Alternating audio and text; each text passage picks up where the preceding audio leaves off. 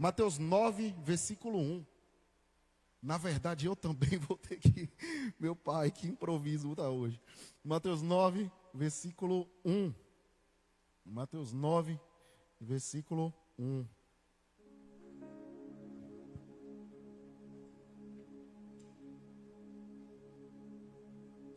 Quem achou, dá um amém? Estão excelentes de Bíblia, parabéns. Mateus 9, versículo 1. Diz assim: e entrando no barco, passou para o outro lado, e chegou à sua cidade. E eis que lhe trouxeram um paralítico, deitado numa cama. Deitado numa cama. E Jesus, vendo a fé deles, repitam comigo, todas as vezes. Não, vamos lá, todas as vezes que eu me aproximar de Cristo, Ele vai observar o nível da minha fé. Disse ao paralítico: filho, tem bom ânimo, perdoados são os teus pecados. Aqui ele poderia, eu penso comigo que se eu tivesse no lugar desse paralítico aqui, eu acho que 90% ou mais de nós que aqui estamos, a gente teria uma reação meio, esse cara tá meio, não tá batendo bem, ele tem a cura, mas ele tá falando de pecado. Que pecado que eu tô sem andar, ele tem que me curar primeiro, eu tenho que voltar a andar, depois eu penso em batalhar contra pecado e tal. O foco de Jesus na minha vida e na sua sempre vai ser primeiro a nossa alma. Repitam comigo, o foco de Jesus sempre vai ser a minha alma. É verdade que Ele tem para dar um carro novo? Tem. É verdade que Ele tem para nos prosperar? Tem. É verdade que Ele tem para fazer com que eu e você venhamos a crescer financeiramente? Tem. É verdade que Ele pode também nos honrar em outras áreas? Pode, irmão, naturalmente. Porém, o foco principal de Cristo nas nossas vidas, e foi por isso que Ele morreu na cruz, não morreu na cruz para que eu e você tivesse o carro do ano, apesar de, em nome de Jesus, vai chegar o tempo, se não já tem, de ter, amém, gente? Porém, não foi para isso que Ele se entregou na cruz. Foi para que eu e você, através dele, Ele se fez maldito, levou consigo todas as dores, todas as maldições, deixou um caminho livre para mim e para você. Aleluia por isso. E hoje nós podemos ser chamados de filhos de Deus. Jesus, vendo a fé deles, disse ao paralítico: filho, tem bom ânimo, perdoados são os teus pecados. No versículo 3 diz: e eis que alguns dos escribas diziam entre si: ele blasfema. Mas Jesus, conhecendo os seus pensamentos, por isso que aqui nesse versículo aqui até já mostra, ninguém consegue enganar Jesus. Por isso aqui na igreja a gente pega essa linha de falar bem abertamente as coisas. Deus sabe o motivo real de você estar aqui. Deus sabe o motivo real a sua intenção de estar aqui. Deus sabe a intenção da sua oração. Deus sabe a intenção do seu louvor. Deus sabe se é só para, por exemplo, época de eleição. Meu Deus do céu, tá aí uma coisa que eu repreendi, eu só faltava vomitar. Época de eleição, a nossa igreja, naturalmente, é uma das maiores da cidade. Ficava vindo candidato para cá, parava aqui na hora do louvor, fechava o olho, levantava a mão, o assessor vinha e filmava ele louvando. Aí quando eu ia no Instagram depois do culto do cara, tava lá, buscando a Deus, renovando as energias, sei lá o quê, e marcando a nossa igreja, querendo se aproximar de nós. Até porque todo mundo sabe, né? Cada vez mais o evangelho tem crescido no país. E os evangélicos, naturalmente, cada vez mais têm tido mais força para decidir eleições. Ou seja, não veio na intenção de deixa eu ir ali ter um encontro com Deus. Deixa eu ir ali sentir a presença do Senhor. Deixa eu ir ali no meio de toda a correria, de toda a agonia da vida, de cada pessoa que eu tenho que ajudar ou pessoa que eu tenho que auxiliar. Deixa eu ir ali recarregar minhas energias, até também para eu conseguir ajudar alguém. Não, veio para tentar se aparecer, veio para tentar, era ridículo. Estava de olho aberto, com a cara coisa, chegava alguém, chegava na hora do louvor, dava um toque no assessor, vai, me filma aí. Pelo amor de Deus, vá procurar o que fazer. E graças a Deus aqui na nossa igreja, a maioria de vocês, a maioria mesmo, Eu boto aí 90%, são instruídos politicamente. O pessoal passava aqui querendo sair cumprimentando o tanto de político que ficou no vácuo nessa época. Meu Deus, aleluia! Querendo vir para cá para usar a igreja para se promover, rapaz. Sai daí, o sangue de Jesus tem poder. Aí ficava cumprimentando o povo olhava, nem respondia. Aleluia! Coisa maravilhosa, coisa maravilhosa. Vai se aparecer para outro lugar, pô, aqui não. No versículo 3, eis que alguns dos escribas diziam em si, ele blasfema. Mas Jesus, conhecendo os seus pensamentos, disse, por que pensais mal? Por que tem maus pensamentos nos vossos corações? Pois qual é mais fácil? Dizer, perdoados são os seus pecados? Aqui era Jesus questionando. Ou dizer, levanta-te e anda. Ora, para que sabeis que o Filho do Homem tem na terra autoridade para perdoar pecados. Aleluia. E aí a Bíblia diz que ele virou para o paralítico e aí depois disso falou, levanta-te, toma a tua cama e vai para a tua casa. Levanta-te, aleluia. Em nome de Jesus eu profetizo na sua vida, o que você não estava conseguindo fazer andar, o que não estava conseguindo fazer decolar, em nome de Jesus não vai ser você que vai fazer, mas vai ser a mão de Cristo que vai fazer. Quando Ele falar, levanta a empresa, essa empresa vai levantar. Quando Ele falar, levanta casamento, esse casamento vai levantar. Levanta filho dessa mulher que me adora e que me busca, esse filho vai se levantar. Percebam o que Jesus disse no versículo 6, para que saibeis que o Filho do Homem tem na terra autoridade para perdoar pecados. Todo mundo queria cura, mas Jesus, antes de realizar a cura, Ele quis deixar um claro recado. Saibam que há poder no nome de Jesus, e que esse nome perdoa pecados, e que esse nome reescreve histórias, e que esse nome abraça quem nunca foi abraçado, encontra quem nunca foi encontrado, toca quem nunca foi tocado, chega onde você não consegue chegar, pisa onde você não consegue pisar. Há poder, aliança, no nome de Jesus.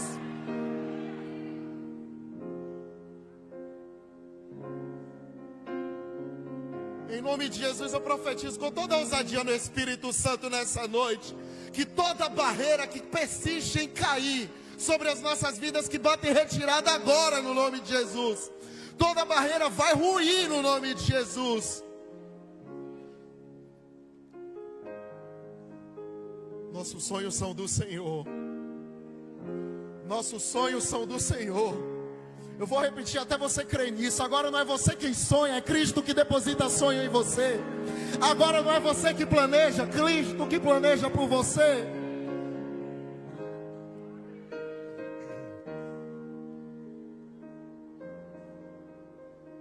A Bíblia diz que o Espírito Santo dá sabedoria ao homem para construir riquezas. O Espírito Santo nos ensina coisas que antes estavam ocultas. Passa a te ensinar coisas que antes você não sabia. Passa a te mostrar coisas que antes você não enxergava. Passa a você ter uma paciência que antes não tinha. Faz você perdoar quem antes você não perdoava. É por isso que em alguns momentos você pensa assim, talvez na sua caminhada com Deus você tenha pensado, parece que eu estou amolecendo, parece que eu estou ficando com o coração mais flexível. Não é que está parecendo, você está ficando com o coração mais flexível. Porque antes aquilo que você se recusava a se dobrar, agora o seu joelho, quando você se prostra de joelho, você declara: Senhor, que não seja feita a minha vontade, mas que seja feita a tua. Que não seja feito aquilo que eu acho que é certo, mas que seja feito aquilo que o Senhor decretou para a minha vida. Aleluia. No versículo 7, meu Deus, a garganta está sua graça, dizia: e levantando-se, aleluia, foi para a sua casa. Repita comigo: Jesus não é político. Ele não precisa ficar falando para todo mundo, fui eu que fiz, hein? Ó, vocês aí, hein? Fui eu. Até porque esse passo de testemunhar o agir dele, repitam comigo, o passo de testemunhar o que ele fez é meu. Essa parte é minha. Por isso, quando ele fizer na sua vida, não pega essa linha de algumas pessoas que pegam de deixa eu falar, negócio de inveja, olho gordo. Não, anuncie as boas novas do Senhor aonde você for, amém? Eu cheguei assim, hoje eu estou assim. Eu era assim, mas hoje eu estou assim. Não precisa você falar o seu futuro e os seus planos. Até porque você, quando abre os seus planos para as pessoas, naturalmente você já deve ter percebido que quando você conta algo que não oficializou ainda, não acontece. Mas quando você conta o que oficializou, isso é para a glória de Deus. Aleluia! Porque a caneta de Deus não tem corretivo que consiga passar por cima, irmão. O que Deus assina ao meu favor e ao seu, aleluia, eu sinto a presença dele aqui. A caneta que ele escreve é de Samuel, é de Carlos, é de Benício, é de Bruno, é do Senhor, aleluia.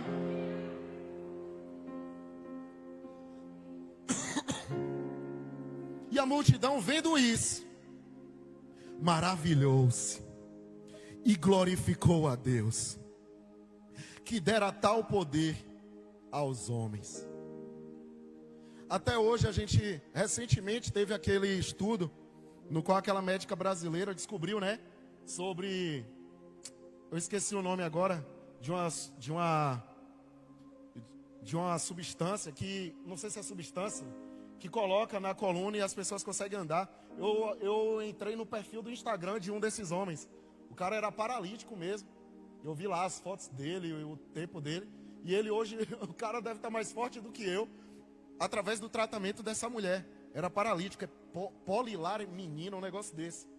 Que coloca na coluna, né? Descobriu aí recentemente.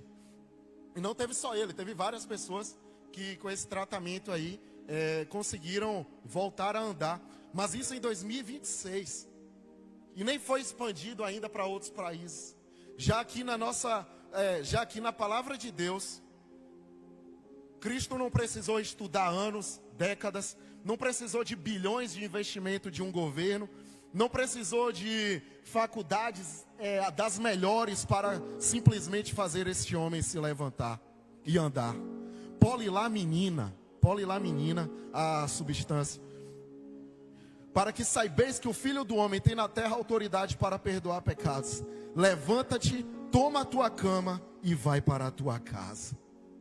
Repitam comigo, com pecados perdoados, sempre vai ser mais fácil a minha vida ficar de pé.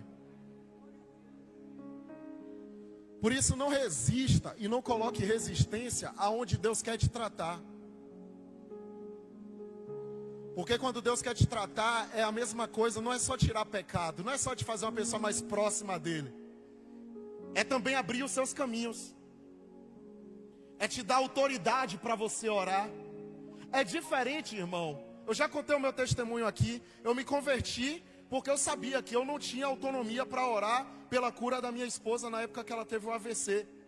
E aí eu passei a orar, me converti, passei a orar, e aí eu entendi, eu tenho autoridade agora, Senhor. Em nome de Jesus, se o Senhor é real, que haja cura. Poucos meses depois veio o diagnóstico do médico, do angiologista. Está curada, não precisa mais tomar esse anticoagulante, mais não. Aleluia. Então quando você tem autoridade espiritual, você pode não ter tido diploma, mas você pode sonhar.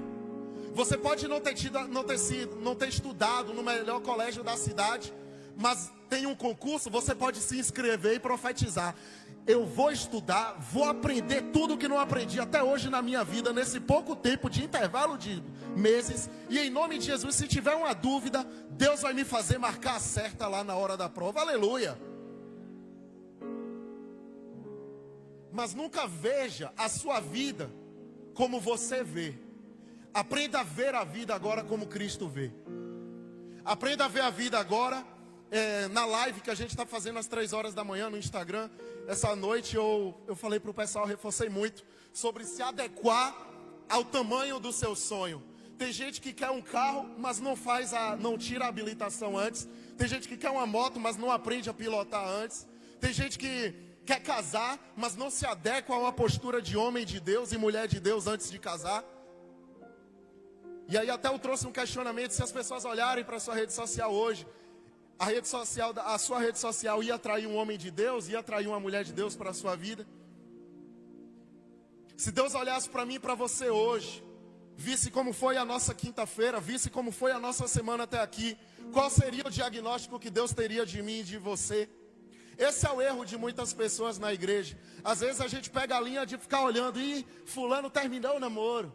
Ah, esse aí já é a terceira namorada que eu sei que ele termina. Eu até falei isso numa quinta-feira aqui. Uma pessoa que é nascida de novo em Cristo Jesus, ela não perde nem tempo com esse negócio de influência, irmão. A nossa influência vem da palavra do Senhor, aleluia.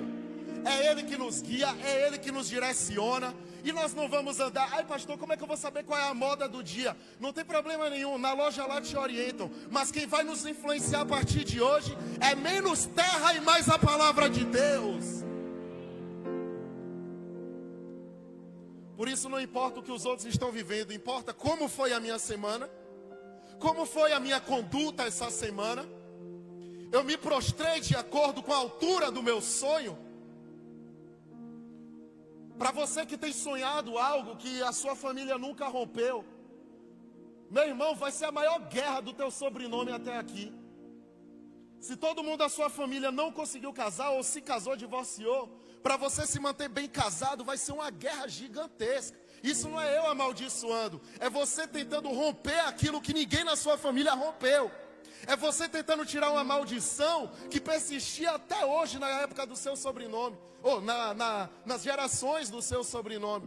É você tentando romper, talvez nas finanças. Ah pastor, ninguém na minha família nunca passou de 4 mil reais de salário. Aí vem você e fala: eu não quero 4, eu quero chegar ao dia de ter 12, 15. Pronto, vai ser uma guerra para conseguir. Por isso tem de bom ânimo, mas também tem a postura.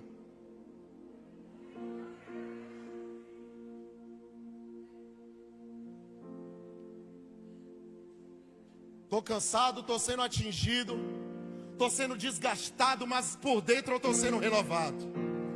Por fora eu posso estar exausto, mas por dentro Ele está me renovando. Por fora eu posso estar querendo parar, desistir, olhar para outra coisa, pensar em outra coisa, mas o fogo que não se apaga não vai deixar você desistir.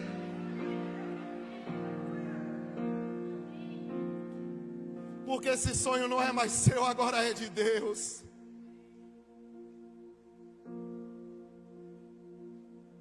Vai tentar desistir, mas não vai deixar. Você vai tentar abrir mão, mas não vai conseguir. Vai tentar soltar, mas não vai conseguir. É como se quando Deus projetasse a nossa vida e governasse 100% a nossa vida, quando Ele desse um milagre para nós, Ele coloca não só o milagre na nossa mão, mas Ele coloca também um super bonde que nenhum homem consegue remover da nossa mão. Colou aqui agora, meu irmão, ainda que você tente rejeitar, não sai mais. Por isso que diz aquela música que cantamos aqui: quem já pisou no Santo dos Santos em outro lugar não sabe viver. Por isso nunca caia na cilada de achar: ah, tal pessoa já teve tanta unção e hoje ela está aí, desviou na fé, não tem mais fé, isso e aquilo. Não, quem já nasceu de novo em outro lugar não sabe viver, meu irmão. Porque uma experiência com Deus é como uma cicatriz. É igual aquela vacina que a gente toma, né? Parece que é quando é criança. Todo mundo tem a marca, eu acho que é no ombro esquerdo, né? Que fica aquela marca. Pode passar anos, irmão, você vai estar com essa cicatriz aí. E não tenha vergonha das batalhas que um dia você enfrentou, das cicatrizes da vida que você carrega, porque elas simbolizam o que você venceu. As marcas da vida simbolizam aquilo que você venceu. Mas agora, beleza, é bom a gente ser forte, é bom a gente ser firme, mas está na hora agora também de uma famosa frase que diz assim, uma vez apareceu, eu vi umas mulheres conversando aqui na igreja, falando assim, aconselhando uma, né? Ah, você é forte, Mas quando você encontrar um homem mais forte que você, deixe ele governar, deixe ele liderar. Aí eu associei para a vida espiritual isso. Eu posso ser forte, mas quando eu encontrar o meu Deus, que é muito mais forte do que eu, que não se compara à minha força, aleluia, não vai ser eu que governe, eu vou entregar o controle, eu vou entregar o contrato, eu vou entregar a chave, eu vou entregar toda a minha vida ao Senhor.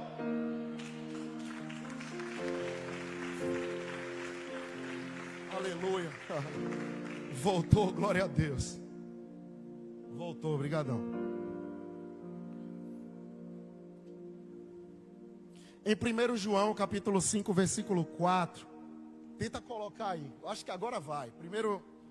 1 João, capítulo 5, versículo 4.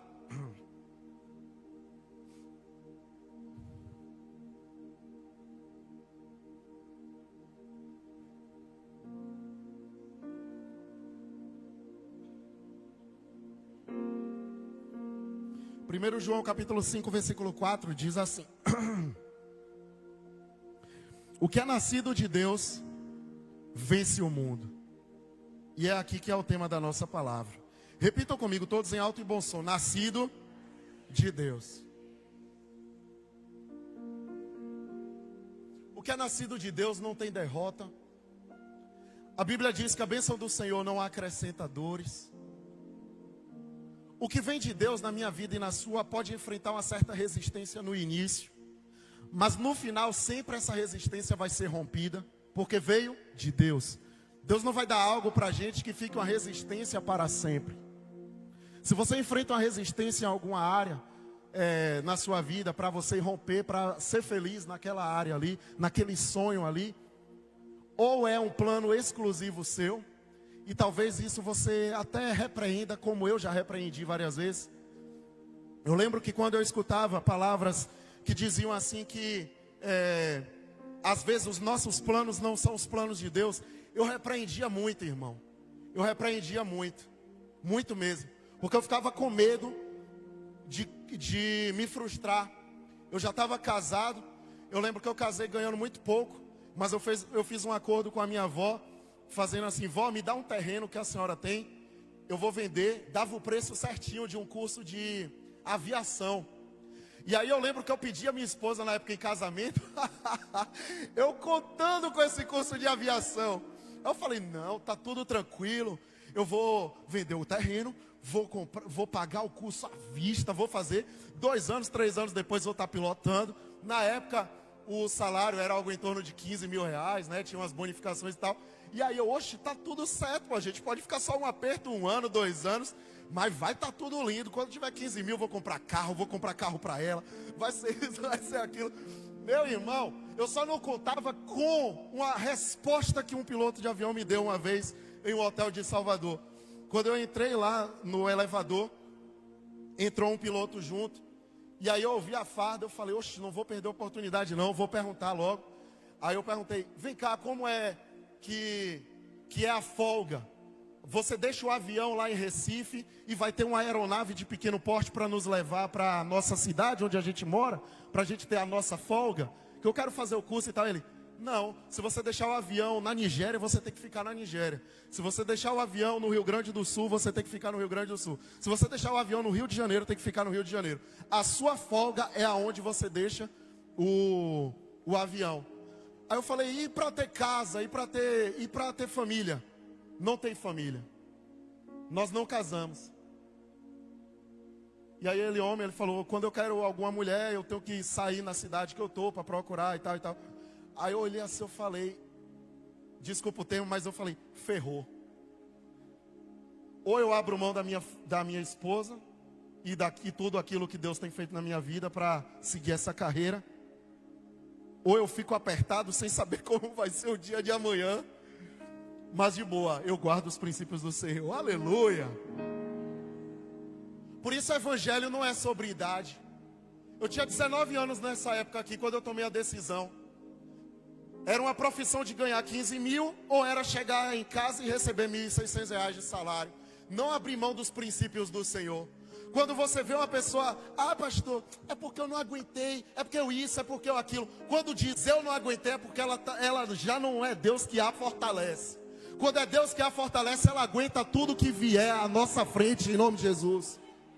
Porque diz a palavra que não há um fardo que seja colocado que nós não podemos suportar.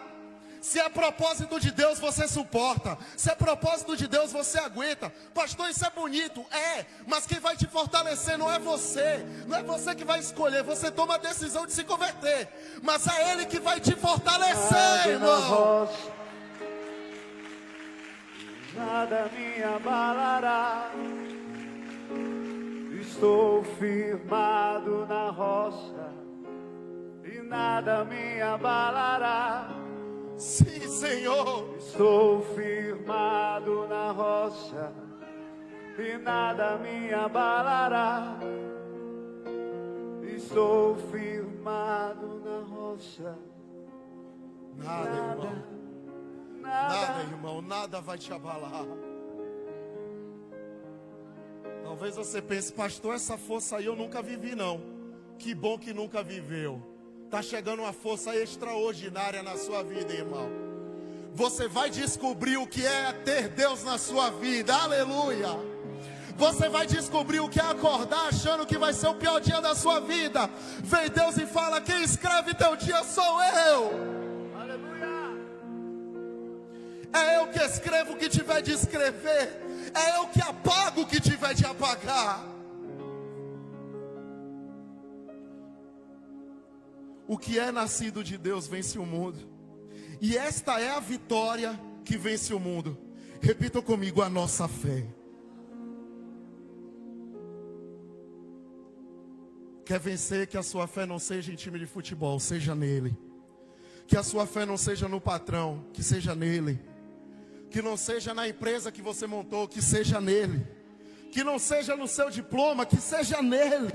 Que não seja no seu conhecimento humano, que seja no Senhor. Estude, trabalhe, negocie, namore, tenha amigos. Vivam a vida normal, vá para a academia, se cuide. Mas que acima de todo entendimento dessa terra, tenha uma fé que não se abala por nada. Ele me chamou para grandes feitos. Ele me chamou para grandes propósitos. Ainda que todo mundo dê risada de mim, quem viver verá onde o meu Deus vai me colocar.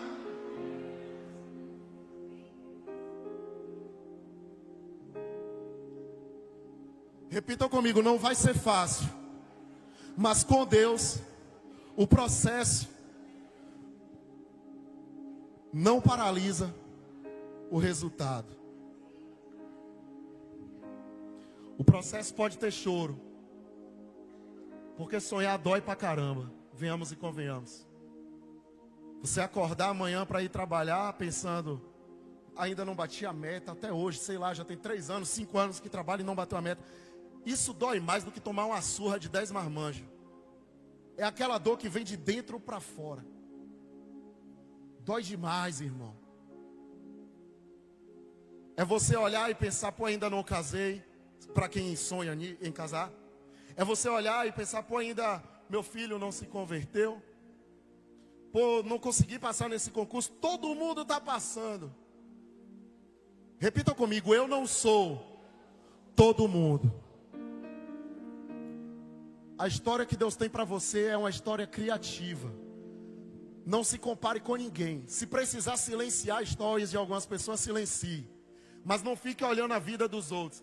Ah, esse marido trata ela melhor do que o meu. Ah, essa pessoa... Ah, olha aí, esse tem um carro, eu não tenho. Ah, eu vou pegar Uber agora. A vida é tão desleal, né?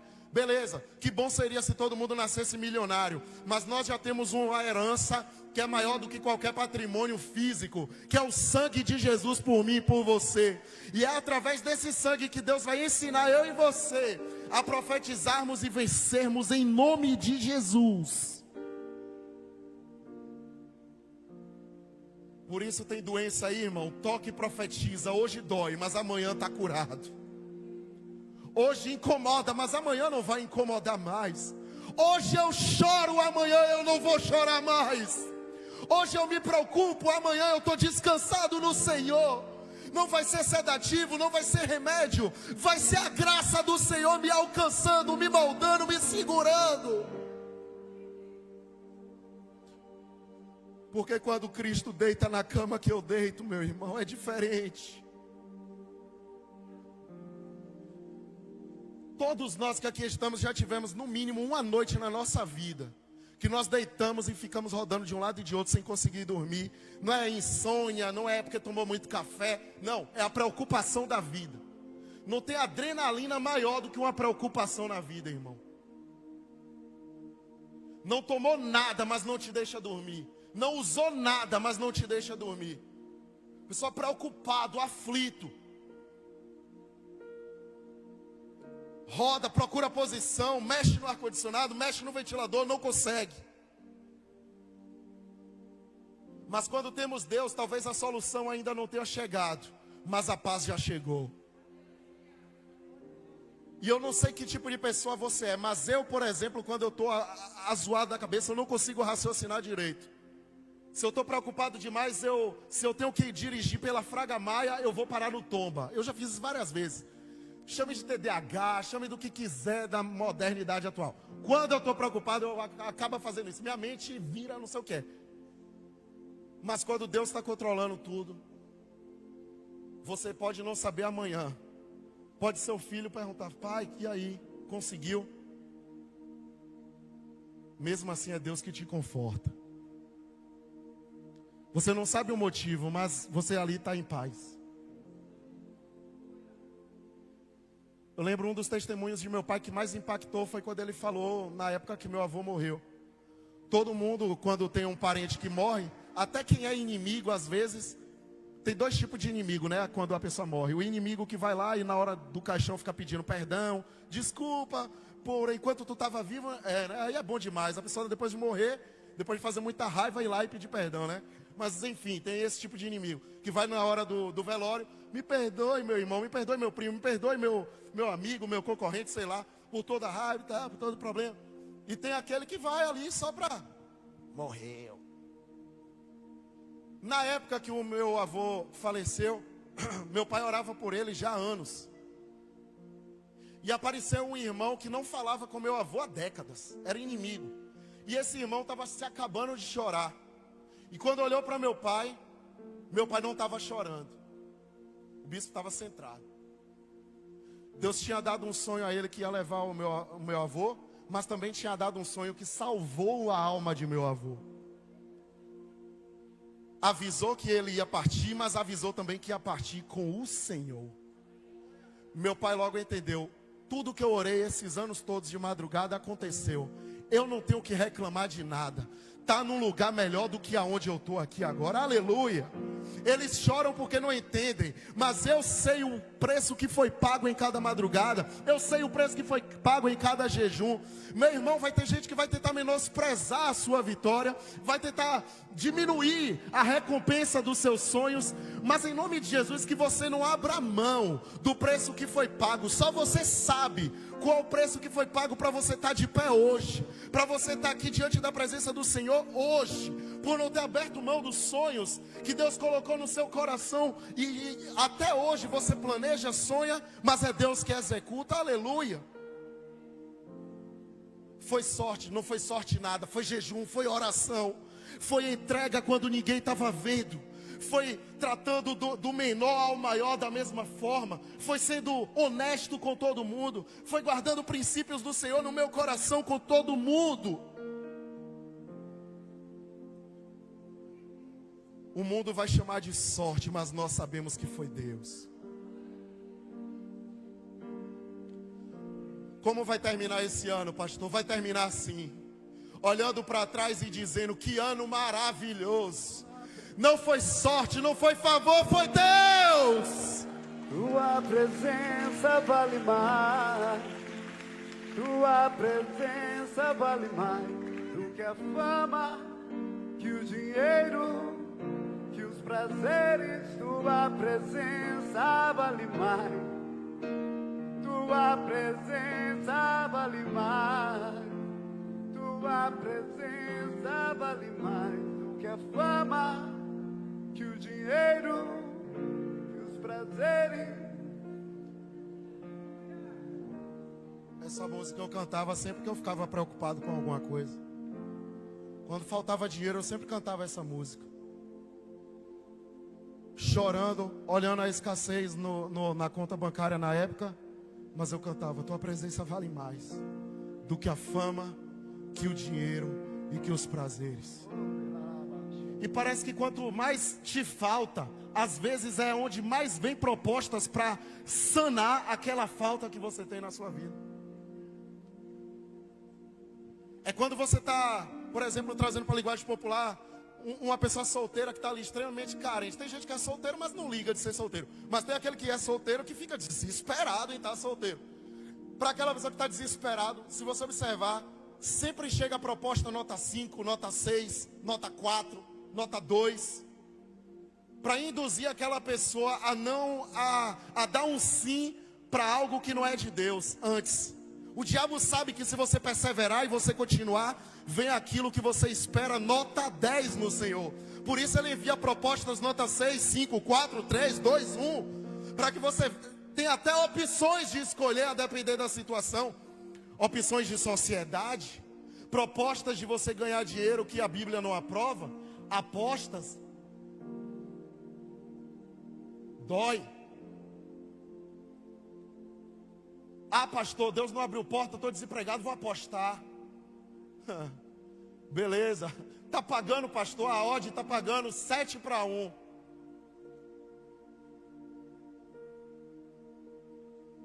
Mas quem é nascido de novo sabe, se Deus não aprova, eu não faço.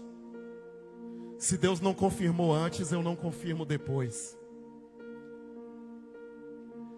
Doa o que doer, eu continuo de pé na presença do Senhor. A nossa mente tem que ser assim. Porque você vai perceber que o processo pode doer pra caramba, mas ele não decreta um final na sua vida. O processo dói, te deixa muitas vezes na beira de você cair do precipício. Mas eu não sei se você já percebeu, quem aqui já passou por um processo e venceu, você vai lembrar que parecia que ia cair. Mas todas as vezes que parecia que ia cair, era como se chegasse uma mão e não deixasse. Aleluia. Pode chegar até aqui, mas a partir daqui não é para você não. O processo é só até aqui. Lembram de Abraão com Isaac? Diz a palavra que o seu filho perguntou: pai, qual é o cordeiro? Abraão ficou pensando, com certeza deve ter ficado pensando: meu Deus, o cordeiro que Deus pediu é você, filho. Ele não respondeu, né?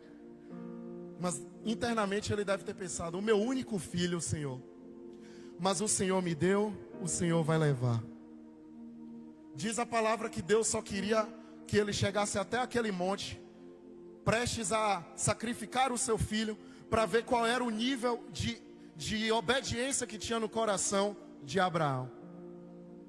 Diz a palavra que como se fosse aos 45 do segundo tempo, chega uma voz que diz: beleza, Abraão, está tudo certo, pode retornar com teu filho. Chegou na beira de acontecer o sacrifício, mas Deus não permitiu. O processo é assim, pode chegar aos 49 do segundo tempo. Deus faz que o juiz coloque mais 2 minutos, mais 3 minutos, até o jogo virar. Mas o jogo não acaba, o juiz não apita, até o jogo virar na minha vida e na sua. Se teu CNPJ está aberto, ele é de Deus. Se tua aliança ainda está no dedo, teu casamento é de Deus. Se teu filho ainda está nessa terra, pai e mãe, ele é de Deus. E se teu corpo ainda está de pé, não vai ser essa doença que vai tirar a tua vida. Não há câncer que seja maior que o poder do nome de Jesus. Por isso diz a palavra, o nome que está acima de todo nome.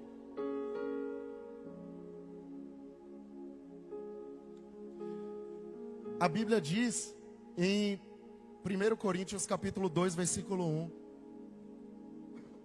1 Coríntios capítulo 2, versículo 1.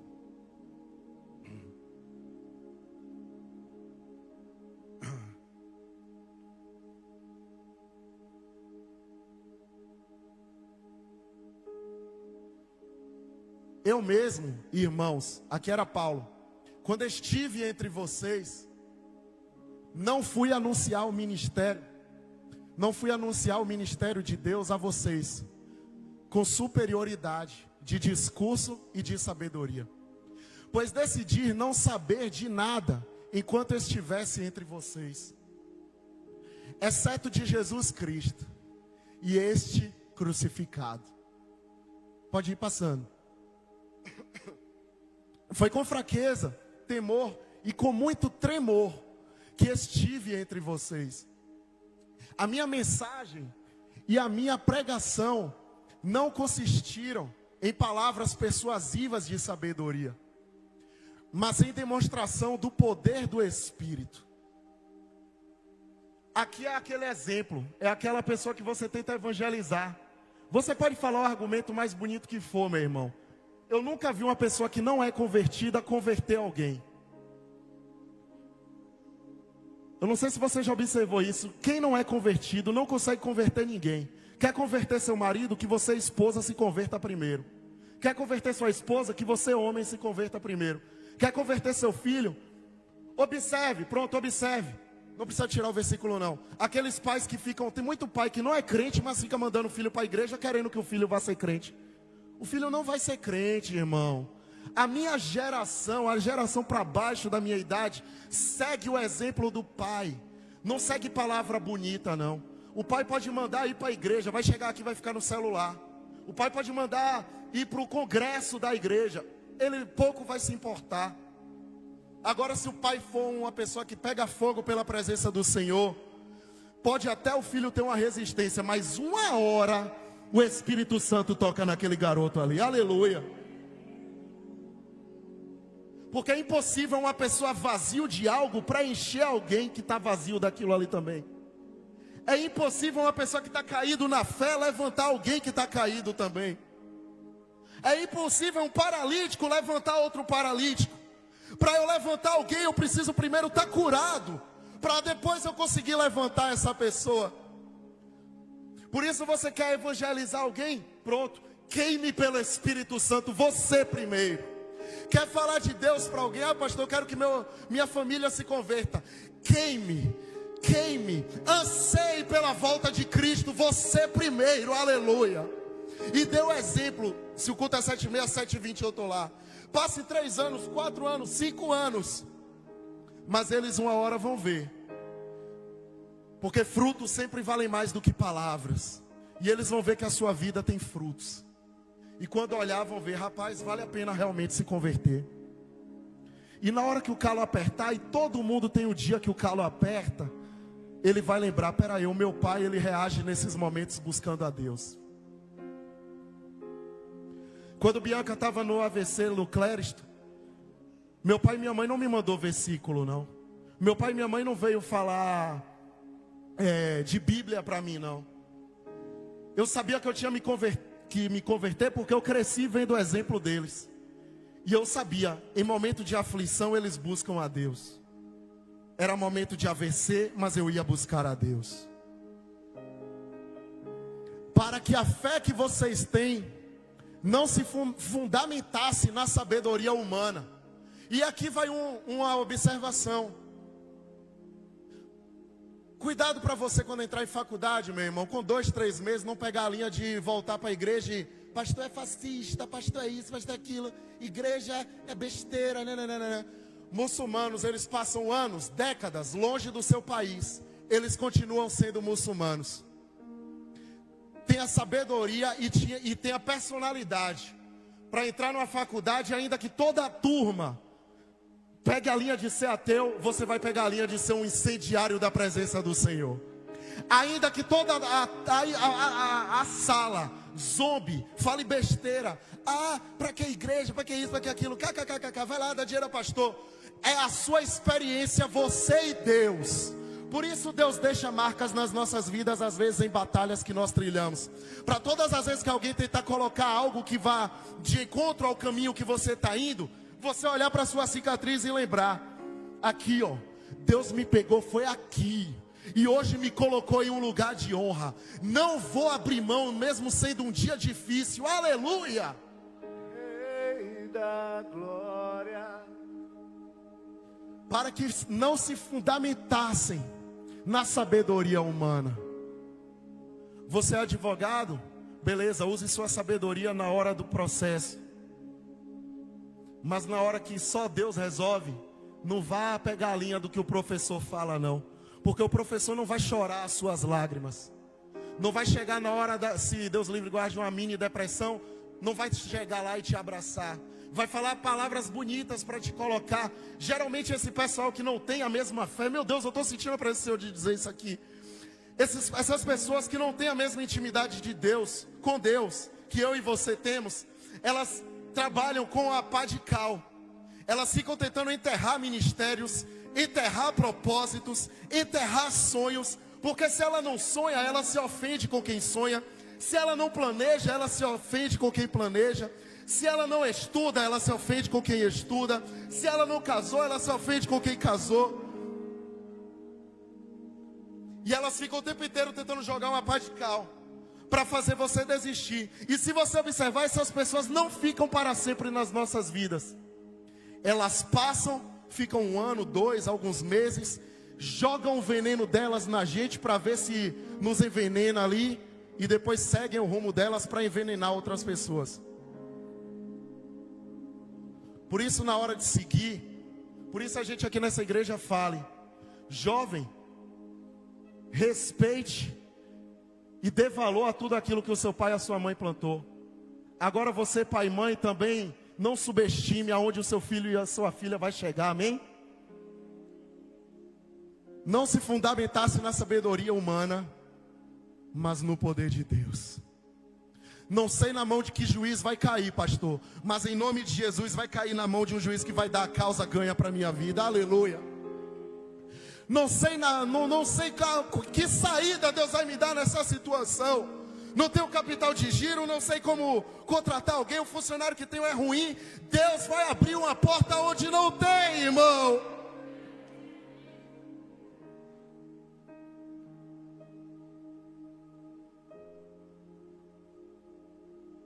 Esteja pronto.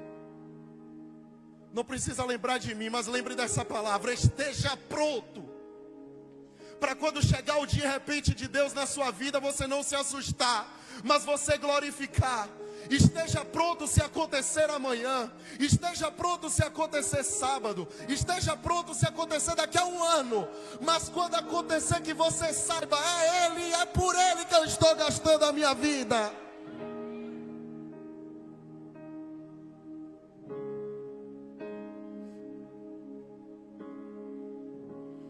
Repitam comigo: eu vou suportar o que tiver de suportar.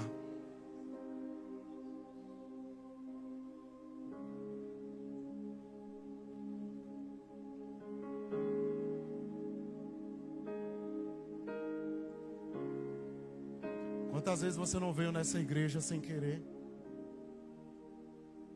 Quantas vezes você veio nessa igreja você precisando abraçar? Ontem eu falei com os meninos do louvor, isso na reunião que a gente teve. Quantas vezes a gente não subiu para tocar, para pregar, para cantar? Muitas vezes é a gente que está precisando de auxílio em alguma coisa, mas a gente vai auxiliar pessoas. Para quem trabalha no reino de Deus, Deus trata muito a gente assim. Naquilo que você precisa é aquilo que Deus te usa para entregar naquela noite. Muitas vezes é você que precisa de um abraço, Deus usa você para abraçar quem precisa.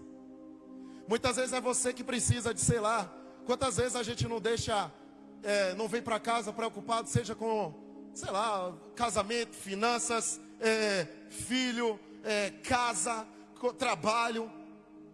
E em momento nenhum, nunca nessa vida você vai entrar nessa igreja e vai ver daqui desse altar sair palavra de derrota, sair palavra de conformismo, sair palavra de, isso aí gente, chora mesmo, é a vida, sabe como é?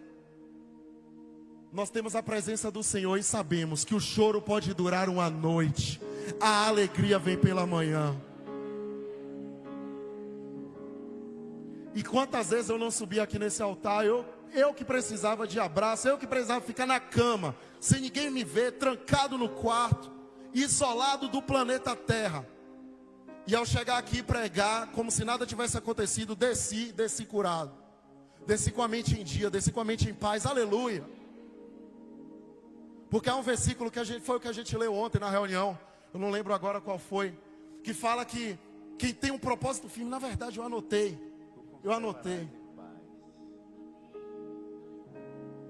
Anotei aqui. Por ele que eu estou gastando a minha vida, perdendo tudo por amor, mas com alegria. Isaías 26:3. Tu, Senhor, guardarás em perfeita paz aquele cujo propósito está firme, porque em ti ele confia. Deus vai te guardar em perfeita paz, irmão. O teu propósito está firme, mas é porque a firmeza está no Senhor. Você está de pé, não é porque escolheu estar de pé. Nós somos homens e mulheres fracos e falhos, mas nós estamos de pé porque agora o nosso joelho só se dobra quando Deus permite. Por Ele, aleluia. Eu estou gastando a minha vida. Sim, Senhor. Perdendo tudo por amor e com alegria, dono dos meus dias. Aleluia. Entenderam essa palavra, gente? Entenderam? Nova visão, novo entendimento, e que a evolução de Deus nos alcance no nome de Jesus.